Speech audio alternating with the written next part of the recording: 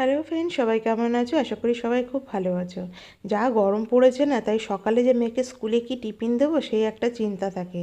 তাই swimming class থেকে ফেরার পথে বাস থেকে নেমে মেয়েকে বললাম, চল আজকে মিয়ামোর থেকে একটু কেক কিনে নিই। দুদিনের মতন টিফিনে আমি একটু কিনে নিলাম।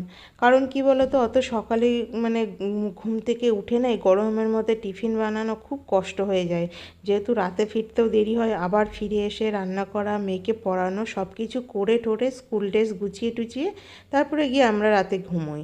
আর মেয়ে সামনের মাসে ওর জন্মদিন মেয়ের, তাই ও দেখাচ্ছিল ওর কোন কেকটা পছন্দ সেটাই ও নেবে। যাই হোক, একটা হার্ট শেপের যে চকলেট কেকটা দেখছো, সেটাই ওর পছন্দ হয়েছে। তাই বললাম ঠিক আছে, যখন তোর বার্থডে আসবে তখন দেখা যাবে। তারপরে চলে গেলাম একটু স্ন্যাক্সের জন্য, যেহেতু প্রচুর খিদে পেয়েছে তাই ভাবলাম কিছু কিনে নিয়ে যাই, বাড়িতে একটু চাটা করে নেব, খেয়ে নেব। তাই একটু স্ন্যাক্স কিনে এখন যাব বাড়ির দিকে।